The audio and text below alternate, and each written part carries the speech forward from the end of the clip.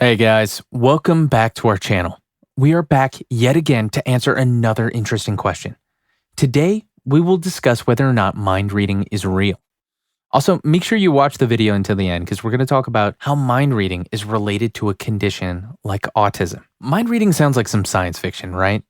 The term is also referred to as mentalizing. It's a psychological concept used to describe the art of understanding what other people might be thinking. We may not be aware of it, but we use mind reading in our everyday lives when we interact with family or friends. It helps us to understand another person's view, or we can come to know when someone is saying something that they do not mean, such as telling a lie or being sarcastic. Mind reading is much different than empathy.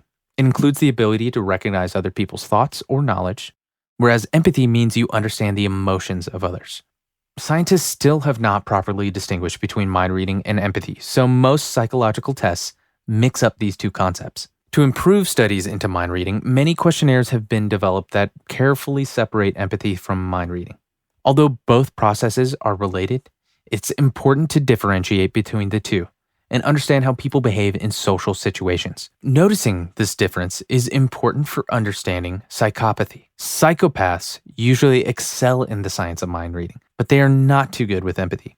This means that they can manipulate others while remaining emotionally detached from their actions. Distinguishing between mind reading and empathy helps one to understand conditions such as autism, which is linked to social and personality differences. Those diagnosed with autism struggle with mind reading and even have minor difficulties in empathizing with those around them. However, having lower levels of empathy is not always bad. It can help people in making logical decisions rather than emotional ones. On the other hand, poor mind reading skills are linked to other issues, such as poor mental health and difficulty making friends. Surprisingly, no one has attempted to create a questionnaire on mind reading until recently. Using the data from 4,000 people in the United States and the UK, including non-autistic and autistic people, we found out that a mere 4 questions would be used to measure the science of mind reading. This shows how easy or difficult it is for one to see things from another's perspective. This might sound simple, but by developing a short test, one can collect the data from a very large number of people, from a very large number of samples. Do you want to know how good your mind reading is? You can know that by trying those tests. We used our data to perform advanced and statistical analyses that have never been performed before on the human mind. The results concluded that the test was reliable and that the men and women, as well as autistic and non-autistic, similarly interpreted those questions. This means that it can be used to compare these groups accurately on their mind reading skills. Questionnaires can be inaccurate sometimes because participants sometimes answer questions in a way that makes them look more desirable to others. But fortunately, the questionnaire is less of a concern. In one of our surveys, we discovered that scores obtained on self-reported mind reading were linked to performance on objective tests of mind reading rather than subjective. Studies found that women were better than men at mind reading.